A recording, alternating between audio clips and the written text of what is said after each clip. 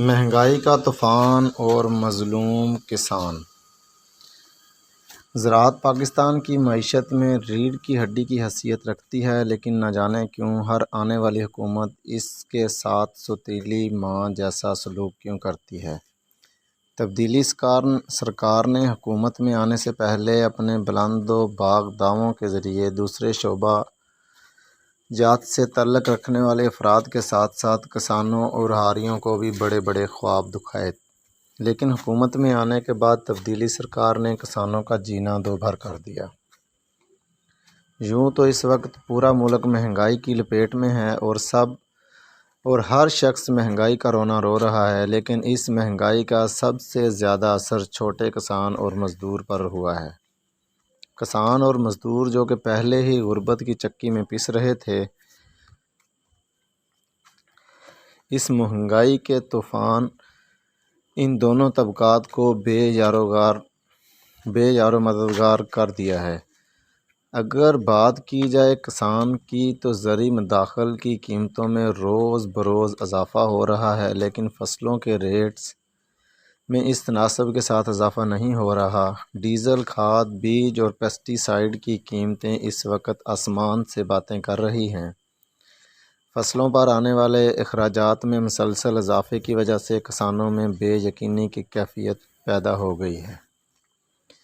حالات اگر اسی طرح برقرار رہے اور حکومت نے زراعت کے شعبے پر توجہ نہ دی تو زرعی شعبے بھی دوسرے شعبوں کی طرح زبوں حالی کا شکار ہو جائے گا۔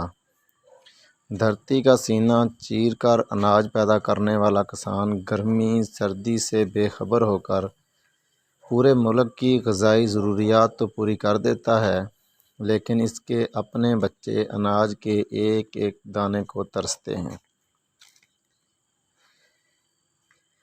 ہم حکومت پاکستان سے مطالبہ کرتے ہیں کہ محکمہ زراعت میں چھوٹے کسانوں کے لیے کوٹا سسٹم مقرر کیا جائے اور اس کوٹا سسٹم کے تحت چھوٹے کسانوں کے بچوں کو نوکریاں دی جائیں تاکہ کسان میں پائی جانے والی احساس محرومی کا ازالہ کیا جا سکے۔ پاکستانی کسانوں پر ہر قسم کا ظلم کیا جاتا ہے جس کو وہ خاموشی کے ساتھ سہ لیتا ہے۔ پاکستانی کسانوں کو ناقص بیج، ناقص زرعی ادویات اور ناقص کھادوں کے ساتھ ساتھ جب ان کی فصل تیار ہو جاتی ہے تو مڈل مین اپنے من پسند ریٹس پر خریدتے ہیں، لیکن مجال ہے کہ پاکستانی کسانوں نے اپنے حقوق کی پامالی پر کبھی احتجاج کا سوچا بھی ہو۔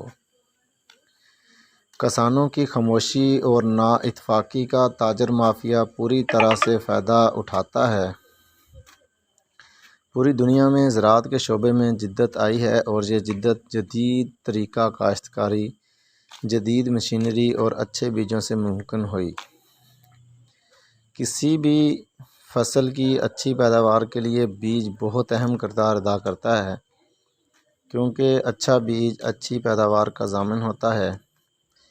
ترقی یافتہ ممالک میں اتنے اچھے اور جدید بیج آ چکے ہیں کہ ان کی پیداوار پاکستانی بیجوں سے دوگنی ہے۔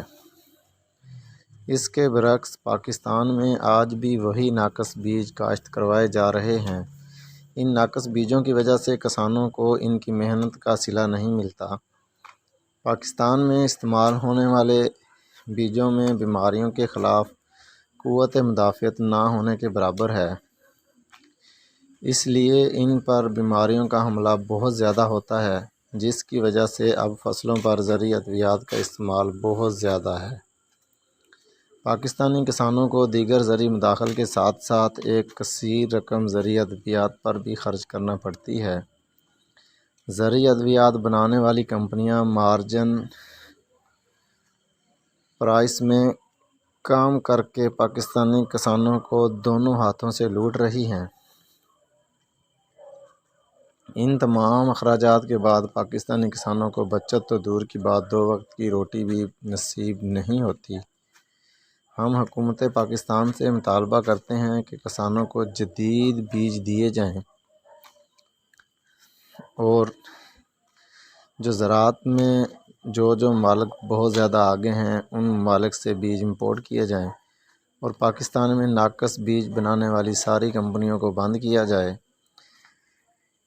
تاکہ پاکستانی کسان بھی فصلوں کی اچھی پیداوار کے ذریعے ملک و قوم کی ترقی میں اپنا کردار ادا کر سکیں اور بچت کے ساتھ اپنے بچوں کی بھی اچھی پرورش کر سکیں، کیونکہ پاکستان کی 70% عوام کا کسی نہ کسی طریقہ سے زراعت کے شعبے سے منسلک ہے۔ اس لیے میں یقین سے کہہ سکتا ہوں کہ زراعت کی ترقی پاکستان کی ترقی کی ضامن ہوگی۔